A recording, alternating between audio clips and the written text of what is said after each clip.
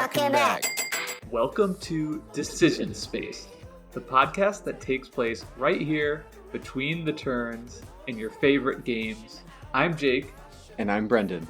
And today we are covering Kingdomino, another Bill de Jara's winner, and a Bruno Cathala design, one of our very favorite designers here on Decision Space. So it's definitely a good day for the podcast. How are you doing today, Brendan? Woo! I'm throwing verbal confetti into the air because I'm really excited to be covering a Bruno Cathala game. I'm doing good. How are you, Jake? I'm doing awesome. And, part of the reason for that is we've finally achieved something with the podcast that we've really been gunning for since the very beginning. It's a huge, monumentous thing. So I really want to give it its due credit and just take a moment to share that we got our very first review on Apple Podcasts. Let's go. And I'm going to read it out here. So here's the review from Not Me Chave is the name. And the review is titled Fantastic Show. And the review is, I love Decision Space. Let's go. That's the kind of review we're looking for. 5 stars, succinct, to the point. Thank you, Not Shave. We really appreciate it. And it's awesome hearing that you love Decision Space. And thanks for taking the time to review the show. It does a lot. We actually, I think, have seen a bump in listens, thanks to maybe the algorithm on Apple Podcasts promoting the show a little bit more, thanks to people like you going on and reviewing it and giving it 5 stars. Yeah, I don't know how all the inner workings of that work, but it does. Some people have shown up in our Discord recently saying this show just showed up in their feed, which, if that happened to you and now you're here, that's great. But I would like to, assuming we get more reviews, whether it's on Apple Podcasts or in our Discord or on Reddit or wherever, if we find them, I think we're going to try to, read them out on the air to encourage others and also just to thank you for taking the time. So that out of the way, Brendan, what do you say we jump into our ratings and slogans for the game we're reviewing today, Kingdomino? Sounds great. I'm going to kick it off. Playing Kingdomino feels a bit like running into your best friend from elementary school who moved away in 4th grade. Familiar, delightful, and yet totally someone, or in the case of Kingdomino, something new. Kingdomino can feel a bit like 2 games in one. There's the charming, if not a bit wanting, 3 and 4 player 5x5 tile variants that are as approachable as it gets, and then there's the 7x7 Mighty Duel variant, a game with such simple rules but such enormous depth. The better half of 50 games in, I'm still getting my footing against the kings of Kingdomino. The multiplayer variants are suitable workhorses and distractions, solid 7.5s, but the addictively sharp Mighty Duel, that's a 9 for me, Jake. Wow. So is that like a split rating then? You're kind of giving it 7.5 for the multiplayer and a 9 for the 2-player variant. Totally. That's interesting, and it's something we've seen kind of a lot on some of the games we've covered, right? Where we talked about on Star Realms and Villagers as well, that these are games that sure you can play with more people and might have some fun doing that, but 2 players where it's at. So is that another one for you that's kind of falling in that camp? I think that's right. I also thought you were going to say me being resistant to doing ratings in a way that is like standardized with how they fit. But I think that's definitely true in this case. Yeah, I think we'll get into this more in the show, but I think Kingdomino at 3 and 4 players is like totally fine. I'll play it anytime someone suggests it. But like for me, it's the Mighty Duel is the game, and it's a good one. All right, well, I'll go next, being as I'm the only other person to go, and you've already gone. So for me, my slogan is Kingdomino is an elegant, easy-breezy game that is perfect to enjoy over a cup of coffee on a Saturday morning, to start out a game night with while waiting for others to arrive, or to teach the people in your life who are unfamiliar or even taken aback by all the board games on your shelf.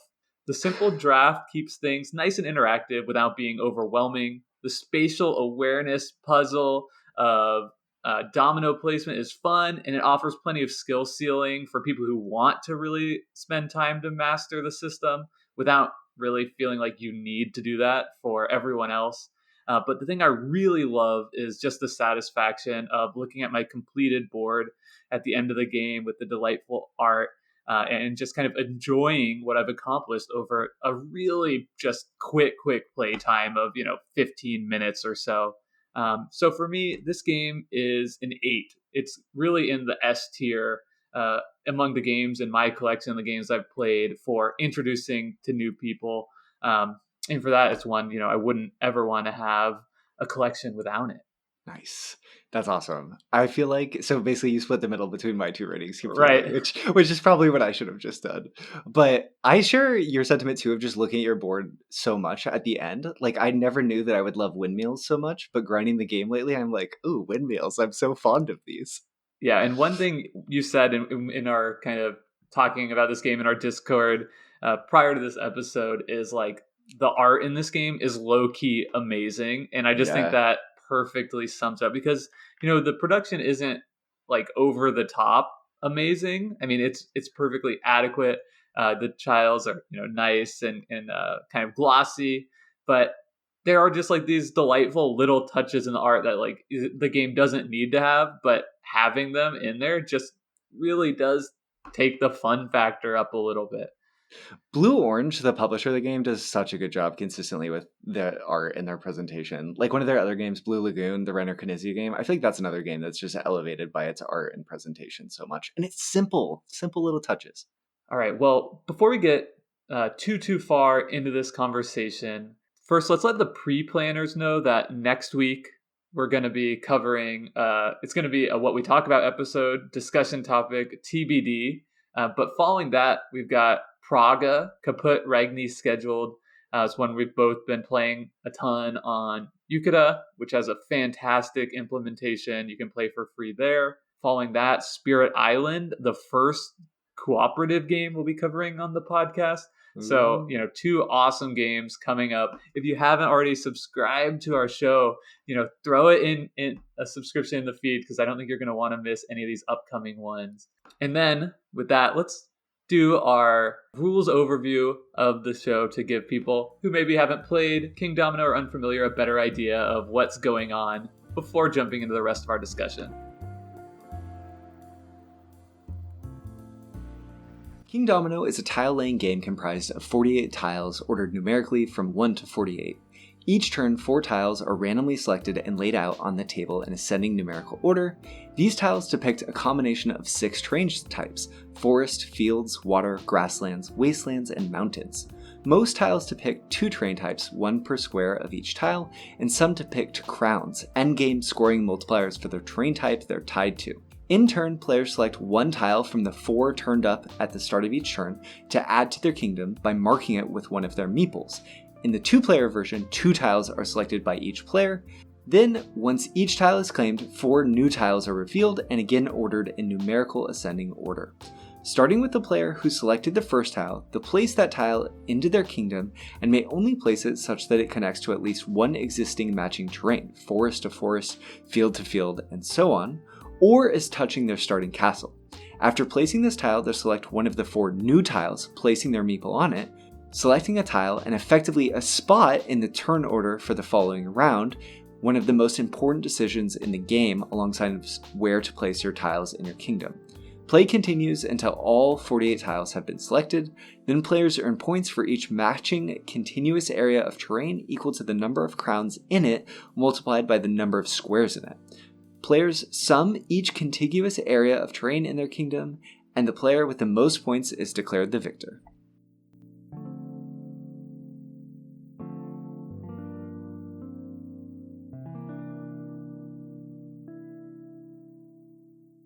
Thank you, Brendan.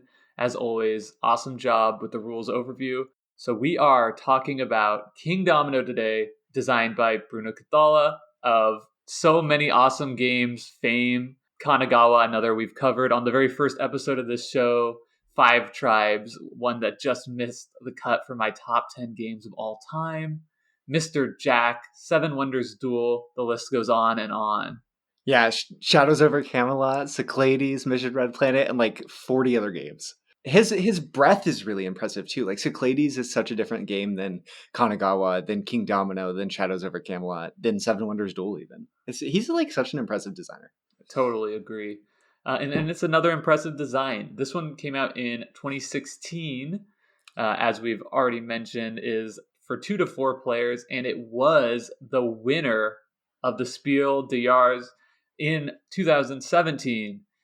So that's pretty impressive. A lot of people consider that to be the most important board game award out there, the German Board Game of the Year, that is.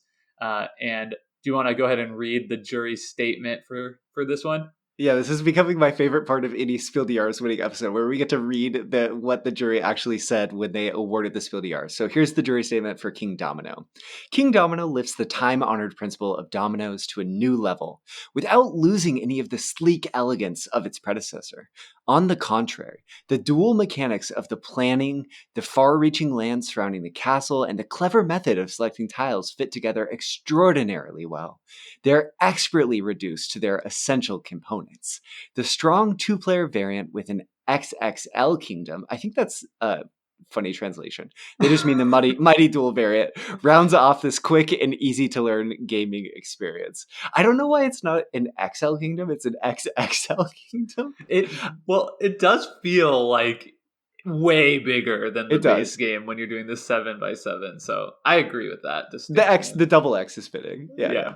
Yeah, I mean, it's so funny reading these reviews. I always just kind of like laugh at how buzzwordy they seem in some ways.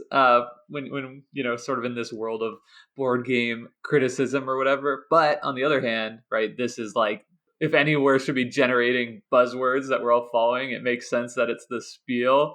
Oh, I even said elegant in my own synopsis. Dang it, I like that they fit sleek and elegance and both in, and they are describing King Domino, but they're also just describing dominoes themselves. Right. It's also, they're usually like on the nose, like the dual mechanics of planning the far-reaching lands and the clever method of selecting tiles. Like, yeah, that encapsulates King Domino perfectly. Like, it's the relationship between those two things that becomes so magical. Yeah.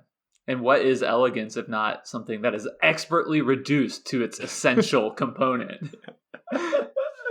Oh my gosh. Yep. Yeah, so I mean, you can really just stop there. That pretty much says it all. But we're still going to give it our decision space treatment, where we look inside the decisions of the game and try and kind of see if we can come up with a deeper perspective that might help you better understand if this game would be something you want to check out if you haven't, or maybe just think about it a different way if it's one you already have played and enjoy. So let's start with characterizing the decision space with the size and type. Yeah, totally. So one thing that's really interesting is when you first start playing King Domino, I feel like the decision space doesn't feel huge. You're always presented every turn, if you're playing the 2-player variant, with a choice of 4 tiles that you're going to pick 2 of, or the 2 or 3-player variant, a choice of 4 tiles. But that's only if you're going first. Sometimes you have even fewer choices to make, right? If you're further behind in the turn order tempo, the number of choices that you're choosing between tiles is even smaller. And then there's the tiling decision of where to place your tiles, which that could grow or shrink enormously based on how many valid places you have, depending on like, okay, do I have 10 locations where I could place this forest tile, or do I just have one, But overall, I think it's actually a fairly large decision space for the size of the game. I think we're not talking some crazy huge splatter decision space or something, but it's unassumingly large given its size, so like medium. And it's a waning decision space for sure, right? The number of spaces by the end of the game, you're literally trying to tile a 5x5 or 7x5 grid. You don't. We'll get into this later. There's like some variants where you don't have to play with those rules. I think for the conversation, maybe we can assume you're playing with the harmony variant, which means that you're always trying to make a square of 5x5 or 7x7 tiles. I think that creates a much more interesting play experience. So you're always waning, and the available tiles are always waning as well. So it is sort of that shrinking decision space where your options are being pruned. Well, like most waning games, a lot of the decisions in the game are about fighting that tooth and nail as much as you can and trying to stay open, both in what could come out in the draft and with where you could place your tiles when you draft them, such that you never get boxed into a corner too soon. I am really interested to hear you talk a little bit more about why you think it's unassumingly large. Because for me, the decision space in this game is like necessarily small because of what you're point out about the draft, right? you have Yep. a maximum choice of, you know, 4 tiles, but more often it's going to be less. And then, very frequently you're going to be considerably constrained based on, the rules about tile placement, right? Where you have to match at least one like side with another like side. To where I feel like, at the very beginning of the game, if you go first, you'll have 4 choices, and then you'll have of tiles, and then you'll have 4 possible placements for that tile. And of course, you could, I guess, switch the side. So, if we're just doing similar arithmetic, sure, it's adding up. But that's about as big as the decision space is ever going to be over the course of the game. So I'm wondering, do you think you're confounding interesting decisions with large? I don't know. I think that's interesting. Well, okay. That was a bad response because I don't necessarily think I'm confounding interesting and large, but I do think your question is interesting. Um, when when you're that's there's two pieces because there's basically two dual spaces like this review from the jury statement set. So I'm going to tackle the first one first, which is drafting, and then the tile placing. So in drafting, like you said, Jake, at most you have 4 choices, usually fewer. And in terms of decisions, you might have even fewer. Generally not, though. Generally, your choices in the tiling phase are decisions, So we should unless, say, just to be yep, clear, if people haven't been following along the show, when we use the word choice, that's something you can do. When we're talking about decisions, those are viable yeah, choices. So yeah. what you're saying, to translate, is in the drafting phase, typically all of the tiles you could choose to take are viable decisions to make. Uh, And partially that's because of the brilliant design of how they're ordered with the numbers on the back, because you're always choosing. If you were just picking tiles, I think the decisions are so much less interesting, but you're picking your current tiles and you're picking your opportunity to pick better tiles later. So on any given randomized flop of tiles, like, yes, the decision of which tile you want the most is fairly straightforward based on your board. The crown system and scoring makes it a little bit fuzzier where, you can see what gives you the most points right now, but you have to wonder what's going to give you the most points based on how many crowns you get for scoring later on. That complicates it some. But I think it's a deep decision space and fairly large because you're also every single time deciding, is this good enough or do I want to risk taking a worse tile knowing that I need to get a shot at the better tiles later? And I think that decision space is actually really large in terms of there's also the 4 slots. So like, okay, I'm choosing, do I want to take this tile in slot 1, knowing that I don't really want the tile, but I can probably find a place for it and it will give me a shot at a decision on the next flop of tiles that could be vastly important. Okay, no, what about the second tile? Is the second tile better enough than the first tile that I'm okay giving up the first choice and then am happy to have the second choice? So I feel like it feels straightforward, but it's actually like, if you're willing to go there and really think critically about the tile pool and what's still out, the more I've played, the deeper it feels. And that's always, I feel like, a hallmark of when we are talking about larger decision spaces and things that feel unassumingly small. The more you play, the bigger it starts to feel. In Kingdomino, I'm like counting windmills. I have a complete awareness of all the mountain tiles and how many there are of scoring and what they match with now, just based on how many I've played. And that has deepened the decision space there a lot. Why don't you respond to that one, because I've been talking a lot, and then I'll talk about the tiling portion next. I think that's really well said. And you didn't even mention a huge consideration when, evaluating the each tile presented to you, which is what your opponent's tableaus look, Yeah. what their boards look like. Because especially in the Mighty Duel 2-player variant, hate drafting becomes very important. Um, as well. So that's just another kind of layer on top of all the decisions of, what does this do for me? What will it allow me? What opportunity will it afford me in the next drafting phase? And how good is this tile for my opponent? And so, yeah, I agree. I mean, there's tons to think about there. So I think what we're kind of hitting on is this dichotomy between number of decisions, which is necessarily small. And I think, to me, that does place an important kind of limiting factor on how big a decision space is. Uh, because you can go back and forth, you can think for a long time on each of these things, and there's a lot to consider, which I agree, and that's an important component of this too, the depth within these decisions you're making. But at the end of the day, you're still picking one out of four, and then you're going to be placing it in your tableau in only one of a few available spots. So, and I should say I agree. It's a bigger decision space than you would expect from such a simple rules set in such a small game. But that doesn't necessarily, the size of the overall game doesn't necessarily impact the size of the decision space itself, but it does impact, like, oh wow, this is packing a bigger punch than what I might have expected. Definitely. But I do feel like this part is the smaller portion of the decision space. But also to respond to one thing you said about hate drafting, in Kingdomino, because of the first in, first out of drafting tiles, you also have to like pre-hate draft. So you're like, as much as you're evaluating what is going to be, how beneficial could the tiles that come in the future be for myself, you're doing that same thing for your opponent. So it's just another thing to juggle mentally at the same time of like, you could have everything you need and know that no matter what comes out, you're going to be fine. But there could be that one windmill. There's like 5 in the game. That one windmill, if it comes out and your opponent can link together 2 sections of their grasslands tiles, their plains, excuse me, or their wheat, their yellow, whatever, and it could give them 20 points, then that becomes a huge consideration, like you're saying. But What, the tile, sorry, go for can I it. just ask, interrupt you to ask, like, what do you mean when you keep saying, I hope this is not a dumb No, question, no. but what are you talking about windmills for? Like counting Oh, windmills? sorry. Thank you. The windmills just denote crowns on the yellow tiles. So Okay. I've just come to associate the windmills with like these are Okay. scoring in the wheat fields.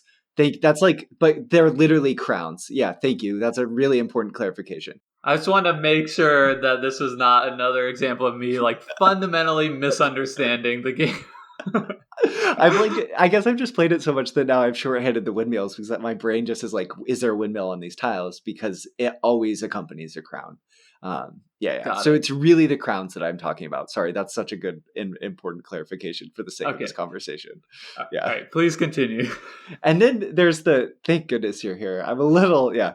Then there's the tiling consideration, which I feel like is massive.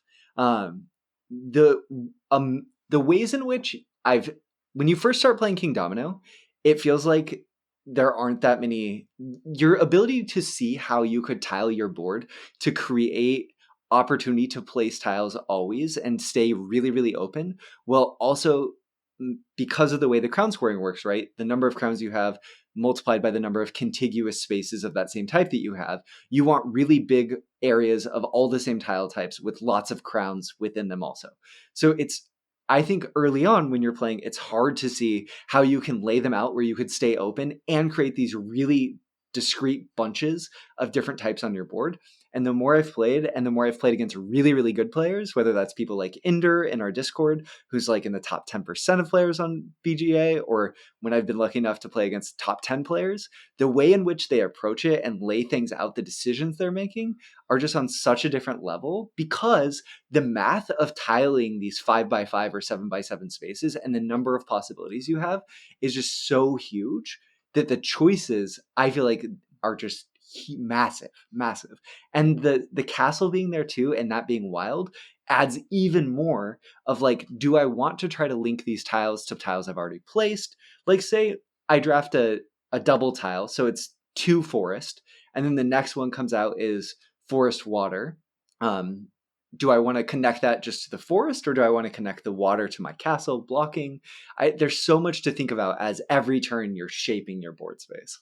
Definitely agreed. And you shared one of the uh, kind of a game you played against a top level player, and it really was mind blowing how they constructed their board, because I think most people's instinct, it certainly was mine when you start playing this game, is to just kind of like start from the middle and like build out piece Mm. by piece. So to kind of slowly build like one clump. But this player was really like snaking out individual kind of tiles, uh, which seems like, to, I guess, the uninitiated, it would really be limiting them in some ways, because they would need to have very specific tiles to fill in gaps that they're leaving in their board. But the game system really does provide you a lot of flexibility in that you don't have to match all sides. Yeah. So to where, seemingly closed in and limited space, if one of the sides touching it is planes, then you have half of the potential tiles in the game are going to be able to fill that gap. Which is kind of then bringing in more knowledge of the tile pool and all these other considerations that definitely do serve to make this game have a really significant skill ceiling for those interested in kind of going for that mastery, like you're talking about here. Especially if you're playing with, like we said earlier, the harmony variant, where you're trying to create a perfect square, whether it's a perfect 5x5 square, a perfect 7x7 square, and also the center kingdom variant, where you're trying to have your castle in the middle. I think those really amp up the depth. And yeah, like you said, Jake, it's when you first start playing, you just try to like, I feel like that base level heuristic is like, oh, I'll just build out until I fill this space, and I'll connect the things that are like the things, and that'll be good. And then the more you play, the more you realize, no, the more actually available outside space that I have, if you just counted each sort of square outside of of one of the dominoes as a unit of space, the more space you have, the more potential you're going to have to put them in a beneficial space area. And then it's also like, for me, I can tell that I'm like getting too into the weeds here right now, but this game has just melted my brain because there's also the consideration of placing them vertically in the plane or horizontally. And you have to do that in the 7x7 variant and the 5x5 to tile it perfectly. So figuring out how to do that to get them to all fit in, I don't know.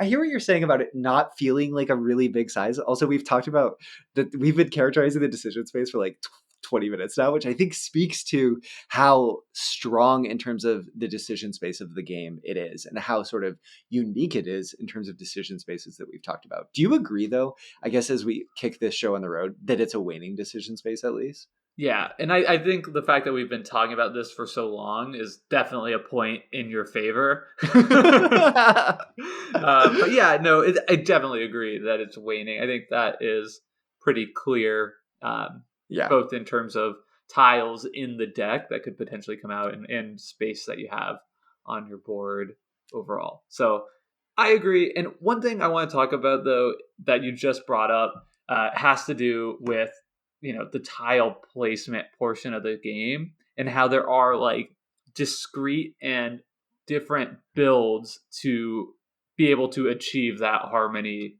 variant. Like there are, and I think that's just kind of like an interesting like hidden kind of thing in this game where it's we should say it's much easier when you're just doing a 5x5 square than it is with the 7x7. But even within that, there are like specific patterns that you can create to make sure that it's possible to achieve that. And it's something that I did when I was learning this game, and when I've taught this game to so many kind of like new occasional gamers in my life, where it's like almost more common than not that somebody will start out with this game and they will make a choice, we could say, that is going to make it impossible for them to complete that harmony, which means they'll have to be discarding tile by the end of the game.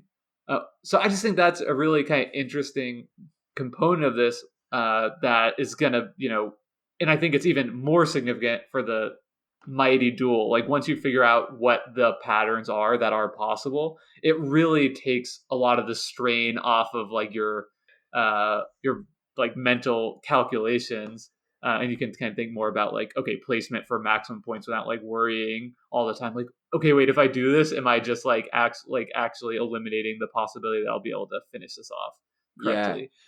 One thing that's so interesting that I think is making our conversation harder than a lot of games we talk about, and also makes Kingdomino unique among board games that I have in one specific way, is the visual element. I think makes for a skill testing type of play that is so rare in board games, where you could feasibly sit down and just practice tiling a 5x5 or a 7x7 grid by just drawing tiles to simulate the rest of the game. Most board games, when you want to like practice and get better, you just play the game, right? There's no specific skills that you would need to practice outside of playing the game, testing your decisions. But here, you could literally just randomly take tiles and practice tiling a 7x7 grid with them, and you would get better, right? And that's so interesting to me that it's this game that's so simple is one of the games where I could feasibly sit down and have fun with just practicing tiling a 7x7 grid without even playing the game.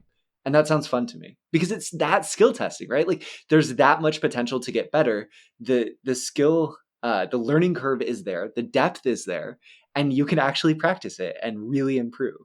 And yeah, you can also really fail, which I've done plenty of times too. It's really hard, and I did not take out my game and practice doing that. But the first few times playing online, I was doing the Mighty Duel with you and others. I definitely failed, and I was just like, it's Ugh. like surprisingly hard, like to actually think through. And one thing I do when I'm playing this game in person, especially with new players, is I'll be like, here, take some of these tiles from the Mm. box and keep them face down, so you can just like play with them and see if you can like figure out a way that you'll be able to finish your kingdom.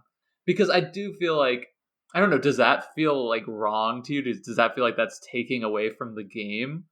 No, I think that's great. I think that's a really fun way to like learn at the game and sort of onboard. It's like this is another thing. Like that's a practice tool. Like in sports, right? You might use something to practice. Like I don't know, in baseball, you're gonna start by if you want to hit curveballs better, you're going to use someone who's pitching you wiffle balls just so you can trace the path. So like this is another example of like Jake, you're using the face down tiles so like as an aid to help people practice while they're playing. I think it emphasizes the point and it feels fine to me because people who are better than you can just mentally do that, right? They can just imagine them fitting in. I did If find Yeah, if to me it feels like almost like an unfair advantage in some way if you just like already know some of these patterns. definitely. I did find that interestingly, and I think this emphasizes the point because of the baby, I'll be up at like 3 in the morning sometimes while we're feeding him in the middle of the night. And occasionally I would take some turns in Kingdomino, and my ability to tile the board effectively at 3 a.m. was vastly lower than my ability in the morning, after a cup of coffee. And I think other games, I don't see the effects as much. Even like playing Praga async, I'll take turns in the middle of the night, and I think I'm making the best decisions for the most part there. But because of the skill testing nature of the tiling and the way my brain works, it's just really fun and really challenging in a rewarding way. Yeah, I do think that's the way mentioned the way your brain works. Perhaps there's a lot of people out here, or I'm sure there are, that will have no problem just Yeah, like yeah, being able to like visualize these 2x2 tiles and create these patterns in their brain. But my God, I'm not that person. yeah. Yeah. And I think that's one of the coolest things about it too is so many games we talk about I think are challenging specific parts of our brains in the same way repeatedly. And this game activates some of those, but it's activating a lot of other spaces too in a way that I think is really fun and could be slept on. Definitely. I do think like when you think through like making decisions, I think that is like the big like that is the feel for me a lot of the Mm, time of like yes, I want to consider like what might come next, but I feel I'm still like at a point playing this game where like most of my brain bandwidth is like okay, especially when I'm playing, online, and for me it's a little bit harder to visualize the actual like physical space when I'm looking at my screen than when I'm looking down at uh, my table, my tableau in front of me. For whatever reason, I feel like a lot of my bandwidth is taken up by like, okay, if I place that here, like just imagining, like, okay, it's like two spaces here. yeah, yeah. I'll be able to like, okay, I'll put one vertically here and like two more horizontally here, and that should work. So this is an okay placement. That is that kind of puzzling out of this tile placement part of the game is a lot of what my brain's doing when I'm making these decisions. I think importantly too, we have to say that like this puzzle is made so much more complicated and so much more interesting because of the way the tiles themselves are designed, right? Like I don't think you or I would have anywhere near as much of a brain melting uh, aspect to it if we didn't have the actual tile types and the crowns layered over them. Because part of the reason it's so tricky is because you're not just thinking like, okay, can I tile this right? But you're thinking like, can I tile this right with the tiles I think I might get and the tiles I want to get going into these spaces, which becomes even more important into the strategic considerations of what you are trying to build out in the spaces you're trying to build from these 6 different tile types. Yeah, I think we should move our conversation to talking about like the actual way the tiles are designed and I guess like knowledge of the tiles in the game, because I think this is actually a really important uh, point that's going to make the play experience very different for like expert level players. You know, you say you've played almost 50 times now. I've probably played it close to that, although much more spread out over like owning this game for quite a while now. And new players, and I think it's particularly interesting here because this game is so great to play with new players. And I think that's like, for me personally, is like the biggest value that it has in my collection is that I love teaching this to new people. And like I said in my kind of slogan, if somebody comes over and they're like, "What the hell is all of this?" Looking at my like Alex shelf of like 100 games, I'm like, okay, I know the game for you, and it's like Yeah. it's Kingdomino if it's just one person, and it's probably Quicks if it's like 3 or 4 people. But it's like those two are my very favorite. And in that situation, you can just throw out all of this, discussion of, the actual layout of the tiles because it's going to be just kind of like an unknowable thing for those players. And how amazing that the game that we've been talking about for now like 10 minutes or whatever about how skill testing it is the game that works so well for new players, right? Like that duality, that's a word that was in the jury statement. That duality is so interesting and powerful. And part of it, we talked about this all the way back in episode 1, Bruno Cathala, Kanagawa, about the way that the deck or the tiles, whatever the elements of play are, and how Bruno Cathala doesn't want you to know what's in it unless you need to know and you're at that level. He likes to obfuscate what's there, right? Like the rulebook tells you roughly how many squares of each tile type there are, but it doesn't tell you like what the actual tiles are. You can find Right. it online, but it's not something you need to know. And quickly, as a player, you sort of get the feel because you're going through 100 tiles. There's this huge volume in the game that like, okay, the wheat, the forests, and the water, those are the common ones. The grasslands, the wastelands, and the mountains are the less common ones in that order. And then, interestingly, the crowns, so the scoring potential, they're about equal, even though the number of actual physical squares on the first 5 tile types, wheat, forest, water, grasslands, and wastelands, vary dramatically. The number of crowns are about the same. So that really changes the feel of those, right? Like with wheat, it's really important to get a crown because there's only 5 of them, but there's the most squares of them in the game. So the scoring potential, if you can get the crowns, is really high. The flip side of that is something like the wastelands, where there's only 10 squares in the game, but 6 crowns. So that's really about like packing crowns into this small space. And then the mountains, of course, there's only 6 squares in the game, but there's 10 crowns. So it's like the epitome of that. And I think this is one of the most brilliant, and then everything else is a spectrum on this. The forest, there's slightly fewer squares overall in the game than the wheat and slightly more than the water, 6 crowns in both of those types.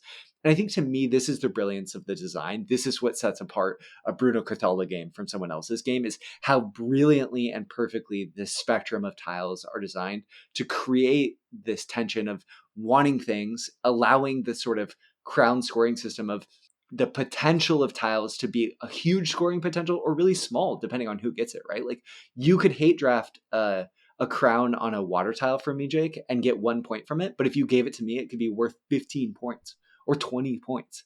That creates the Right. interesting I can't decisions. I can't tell you how many times I've looked down my board at the end of the game and I've got this like beautiful section of like 10 wheat squares all next to each other and like 0 crowns. Yeah. Because Oh, it's like it's so brutal. Because once at a certain point of the game, right, like you've created such a strong incentive for your opponent to hate draft those tiles from you, right? yep. If you spend too much time early like building out this, like, well, eventually I'll get one, or 2, and then it's too late, or you're forced to, like, it's just not happening, so then you're forced to close off that section to score some other tiles. It is interesting for sure. So I think you said there's 100 tiles. There's 48 tiles in the game, right? I think Are there? I I'm think pretty there's more sure. than that. I thought there were 100. Because if there's 4 players and it's a 5 by 5. Oh wait, no, you're right. Yeah, there's not that many. Yeah, yeah. Okay. Okay. But anyway, that's a small point. What is interesting though, I'm looking at the actual tiles uh, composition um, on our note sheet here, and it's definitely like would significantly like impact your game and decisions to like know about these tiles, right? Yep. And if there's only 48, it's not like it's impossible to get there. Um, and I also think it's interesting that like a lot of my games I've played, like certain tiles do tend to like I think like pair up, make like nice Mm, pairs together. Like for example, the water and forest tiles, like almost all of or every single one of the no, sorry, not the majority of the water scoring tiles, the tiles with crowns, all have forests on them. yep. So if you know that, right, it makes sense to be like trying to create these spaces where you have forests and water tiles next to each other to potentially reap like the double benefit of that. And I've also seen, and for whatever reason, like it does seem like a lot of my games I've ended up going with like a strategy of like the green pasture land and the wasteland together. And for whatever reason, it just seemed like those tiles were kind of flowing to me. And now that I'm looking at this, I'm like, oh, well, like, it kind of makes sense because half of the wasteland crowns are attached to the pasture lands, Yep. and that was something I didn't really know ahead of time. But it's like, it does feel like the way these are constructed are sort of forcing you into different paths.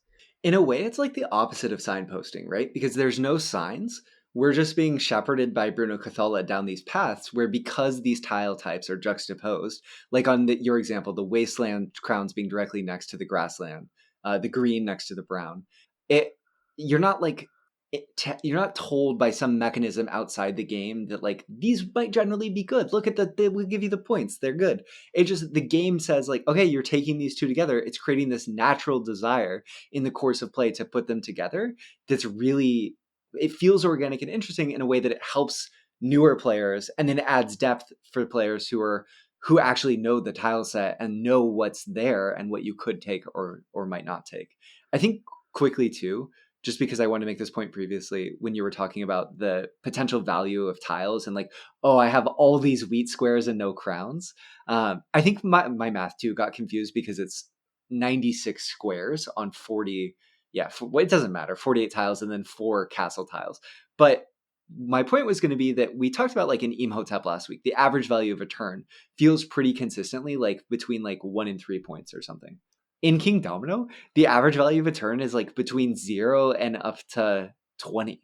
Just Yeah. and that really impacts the feel of the decision space because you have those turns of elation where you just place a tile down, you see the crowns in the number of spaces, you know you're getting a ton of points, like a crush of points, 15, 20 points. And then you also have those turns where you're just like, oh wow, I did nothing. I took 2 tiles that I literally had to place next to things that will never end up having crowns, and I'm just like treading water drowning while my opponents are building these beautiful kingdoms.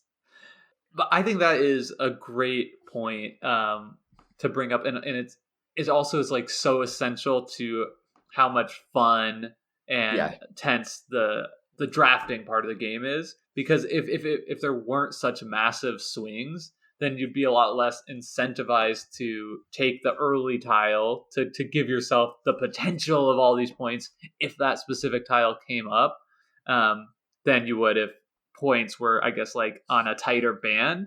Um, so I mean, I think again, like that's just a credit to the designer to create like such a fun a play space.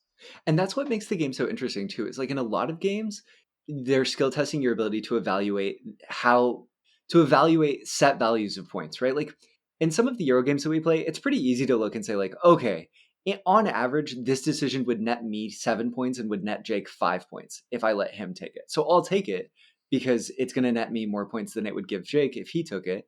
I'm not going to be giving up more. But in Kingdomino, you're always juxtaposing and evaluating potentials, and that's what makes the decision space so deep for me is, you know, like your every decision you make in terms of tile drafting in the first half of the game is basically a wager on if you'll get the tiles that you need to have it pay off. So the decisions are, yes, this tile could be good for me, but you're also trying to decide, is it going to be good enough on average that it's better than every decision Jake made to get me to the point where I'm winning?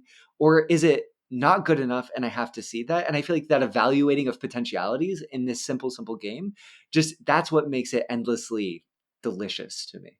Definitely. Um, let's talk a little bit more about kind of or I guess, sorry, before I move forward, is there anything else you want to say about like the scoring system in this game? I feel like we've mostly covered the scoring system. The crown design is just brilliant. Like the game is so much less interesting, like you said, if there's just points on tiles. Like it's so brilliant and it's also simple. There's a little bit of arithmetic that's annoying at the end, but like it's fine. It's easy enough to teach to someone and it's conceptually grokkable pretty quickly. It's just like, ooh, chef's kiss. Bruno Cathalos, you're too good. Yeah, I agree that the scoring definitely makes the game, um, and also just like again the way that the tie, just to be especially clear on this point, the tiles that have the crowns on them tend to be higher numbered than Mm, ones without. yes. So you're always in a situation in every single draft phase where like by taking points there is a trade-off of opportunity, and even if like only high numbered tiles come up, typically that means you'll be taking one crown as opposed to like two or even three crowns, and then going later on. So like there is just like this like amazing inherent trade-off in a different portion of the game, when you think about like scoring at the end game. And trade-offs are honestly like synonymous with fun, interesting decisions. I think that's kind of like one of the key learnings from our overall exploration of decision space, and that's just like a fantastic example, if not even like a little bit hidden. Yeah. um it's still going to be something that like a new player is going to immediately see after like two turns into the game. You just said something that so much excites me about the system here too that's slightly hidden that I would love for us to talk about, which is the potential for any given random flop of tiles to be completely incredible or pretty dumpy. And to me, that's so cool, right? Like because on a given turn of a game, you might have four tiles come out that are, let's say you get one, two, three, and four. They're like mostly doubles. They don't have any crowns. They're the difference in potential points early on in the game is like basically nothing. So then it's like that's interesting because it's so similar, homogeneous, and then the potential, like you said, if they all flop and they're all really strong points giving tile, and that's a potential turn where you don't have to trade that much tempo to get a ton of points, that can feel amazing. And I think that to me is so interesting, and that the game can handle that in such a simple environment. Like the systems integrate so perfectly that there's I don't know. Every game feels so different because that combination of 48 tiles is never going to be the same. Yeah, and it did take us a long time to get here, but let it be known that like this the flop is a huge infusion of randomness that makes every other decision in the game fuzzy in that way, Yeah. which I think is like absolutely essential for a game that I would recommend to and play with new players, because it definitely means you could have all the strategy in the world, um, and be a really expert level to play. This is definitely a game you could lose to somebody on their first try just based on flops, and the way something coming out. Maybe it's pretty unlikely in like the Mighty Duel variant, but it's certainly not in like a 3 or 4 player game. Um, I when you're think just doing the 5 by 5. I think that's what sets the Mighty Duel variant apart so much too, is just how skill testing it is. Because playing against people, I've gotten to around 200 ELO in there, so it's like average, right? Like that gives you like the quote unquote good player tag. But I cannot beat people better than 300 and let alone 400. Like I will never beat one of those players because their ability to evaluate the tiles, and maybe I would if I played the game more, studied it more, practiced it more, but their ability to evaluate any given flop of tiles and to know if this is the moment to trade tempo for scoring is so much stronger, and that skill is so fuzzy that like I think that we've talked like in a given game based on its randomness, how much is someone going to win? And I think Kingdomino in 7x7 Mighty Duel is a high randomness, high skill game where the better player wins 95% of the time, maybe even Yeah, more. That's that's that's wild. that is crazy. Because there are huge like random things that could be like really bad. Like you could definitely get bad luck in this game. Take the example you gave at the very beginning, like the key trade-off of this game. Do I give up points now to have a better shot at good tiles later? And if you make that choice to, which could certainly be the optimal choice based on the game state and knowledge of what's left in the stack, and it just flips like, like one of those, it could be either all low numbered tiles that don't award crowns or all high number tiles that do award crowns. Like both of those feel really bad for the first player, because like no matter what, like your advantage over the other players is small. Like Yep. so I just think it's definitely worth pointing out, like, that there is this randomness there, and certainly a bigger factor in the multiplayer variant, because you're just not getting to use as many of the tiles in the game. You have less choices and less opportunity to like make plays that set yourself apart from the other players. One thing that's so interesting too about the difference between the three and 4 player variant and the 2 player variant is the way in which the math works out, because there's fewer tiles out. The crowns on the grasslands and the wastelands and the mountains kind of feel like they matter more. Whereas in the 2 player variant, I feel like so many of the points are hidden behind the wheat and the forests, and the water's really good too. And you want those, but the decisions, you're generally willing to accept them when they come your way, but you're not going to seek them out in terms of getting a lot of points. Whereas in the 2 player variant, we've played a game, or excuse me, the 4 player variant, we've played games where someone will just get stuck in that last pick slot, right? Because if you go last and you're going to pick last the next round and everyone picks one of the first 3 tiles again, you just get locked right into that last spot again. And that could be potentially a really feel bad moment, because you're not making decisions in the game. If you're last and you're forced to go last again by everyone else picking 1 through 3, you just, okay, I don't have a choice. Put mine on the 4th one. Let's see what happens next turn. That can happen. You can get locked in, but you can also win games that way. If your opponents just give you all the mountain tiles in a 3 or 4 player game, you're probably going to win. Yeah, I was gonna say. I know we played a game with Aurora in our Discord where that happened to her, and she wasn't happy about it, but did like dominate the game. Yeah. And I think that's something like where really skilled, experienced gamer is going to take issue with the fact that they don't get to make as many decisions as other players, and for that reason not have much fun. I promise you, like when you're playing this game with like new gamers and that happens to them, like it's a feel good moment, if anything, because that's like, well, great, like that's exactly what I wanted. Like you're getting the most valuable tile when that's happening. You still get to make choices about placing it. So I don't feel like that's a big drawback in the multiplayer version of the game. Perhaps other people would feel differently. I think the tiles are just designed so perfectly that it's not. Like somehow it works. Like, because there's flops that come out, right? Like where the tiles that we were just talking about, the tiles could be consistently bad enough that it could feel bad, but I don't think that's going to happen consistently enough. That'd be like one turn out of the whole game. Yeah. Yeah. And if oh man, that's too bad, I didn't get to play that much. Like, okay, well, you're out 15 minutes, which again, I think like that's such an important factor when you think about, somebody essentially getting skipped for like 1/2 of one turn. It just doesn't feel like that's something that like rises to like the level that I would have a big issue with it. Totally. Can we talk about one potential tactics play as we start to wind down the episode? That's a good example of like the depth available in the game that I didn't consider until I did it against someone else in the game. Yes, please gloat to all of us about your brilliant play. Okay, so the one time I was playing this game, async on Board Game Arena, and I was playing against someone who is 200 ELO points better than me. So the advantage feels massive in terms that they have in their ability to navigate the decisions in the game over me. As we play the game, it comes out that they've locked themselves into that situation that we talked about earlier, Jake, where they have lots of wheat tiles, but they don't have a way to score them. So a single wheat tile for them with a crown on them, one of those juicy windmills, is going to be like 20 points for them. And it was a tight game. We were within like 5 points of each other. So I was feeling really excited.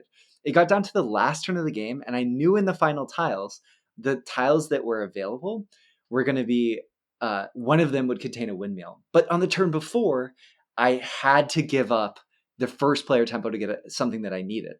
And basically, but I had the second and third spot. So I was going to pick second and third, and they were going to pick first and fourth. So the way that this ended up working, they had pruned their board down enough. And an important rule that you should know is if you can't validly place a tile, if you can validly place a tile in Kingdomino, you have to place it. So they took their first pick, and they two windmills flopped, I believe. So there was also a double wheat. So they picked one of the windmills, and then, but they only had one of the locations to put a windmill tile on their board. So basically, the way that I drafted, I blocked all of the other tiles because they had the first and the fourth pick, such that they had to pick the double wheat, and they only had one location on their board where they could place a wheat tile. So they were forced, because of the tile order, to place the double wheat into their board, blocking their ability to place the crown to score them, and then they had to discard the crowns because the optimal play for them in that situation, like they had already boxed themselves out of it. But that tactic of forcing them to pick the double wheat that felt like it would be really good for them blocked the wheat tile. I don't know. That's like the depth. Did that story even like make sense as I It explained makes it? sense to me. I totally I understand it. Having played the Played the game. game, Yeah. so hopefully others will as well. I think it's pretty clear, and it definitely shows like there are levels to the way what you're thinking about as you're drafting tiles for sure. And It even was, and it also points out like the sequencing of you yeah. don't place a tile just the tile that you drafted first. You place the lowest numbered tile that you drafted first, and you have to, and that could potentially, uh, in rare circumstances, really impact the game as it did here. So I think that moment too was one of the moments where I realized like, oh, there's a lot more depth here than it felt like there might be on face value, just with the way the systems interact. yeah. Uh, on kind of our closing thoughts here, we've been assuming that we're playing with the variants, the middle kingdom, where you have to have, or you don't have to, you want to have your starting tile in the very middle of your kingdom at the end of the game for bonus points, as well as harmony, where you have to uh, use every tile without discarding any to get bonus points. Um, do you have any like? I kind of feel like these are both good, and Yeah, and I always play with them when I'm playing at home. Uh, Harmony, I think like the Middle Kingdom one. I guess I should say Harmony, where it's like if you play without discarding any tile, that definitely feels like that deserves bonus points. Like you thought it out well, you've accomplished this thing, and the game rewarding you for it. To me, is like that's great. No issues with that. The Middle Kingdom one, I'm kind of like a little bit more iffy on. Like, because I think in some ways, like, it could allow for more interesting creative plays where perhaps you could like get like bigger areas of single tiles, like without going for that. But the fact that like you have to give up all these points to do it makes me not want to like explore that as much. So I'm a little bit like unsure on that one. so what interestingly, I've played with it both ways a fair amount, and I feel like it's good in that that little constraint makes the decision space much tighter, and it makes the tiling a little bit more punishing in a way that raises the skill ceiling. Where if you don't play with it on, and you don't tile to 7x7 in any one direction immediately in the Mighty Duel version, there's the ability to bail yourself out depending on the tiles that you get a little bit, that makes it feel more casual. I think both of these rules were probably set rules in the game, and then when they wanted to position it as a family game, made them optional variants, because ostensibly like you can play a really easy laid back version of Kingdomino without these rules. But I don't think anyone should be just surprised that on the Decision Space podcast, we're fans of these variants that make the decision space more interesting and raise the skill ceiling of the game. Totally. All right. Well, this has been a great discussion, Brendan. Everything King Domino. Do you have any final thoughts for this game before we close out here, or have you I got it think all off your chest? I think I've mostly gotten it off my chest, but I will say, I think if anyone's ever played King Domino and only played it at 3 or 4 players, do yourself the favor and play it at 2 players, and play, if you feel like playing a competitive game and investing, just try to see it with fresh eyes, because I think it really is sort of a different game experience that stands apart from the other game, which can feel a little more loosey goosey in a way that might not appeal to you if you were looking for that really crunchy decision steak. I think for me, in this game, I'm like actually like standing apart from the tryhards a little bit, which is a unique position for me. I'm usually like full Yeah, on what the team heck? tryhard. But I actually think like for me, the difference between the 2-player and 4-player variance of this game isn't as big. I really enjoy it at all player counts, and I think like the 3 and 4-player games are perhaps even better for new players. It just takes the Definitely. edge off a little bit.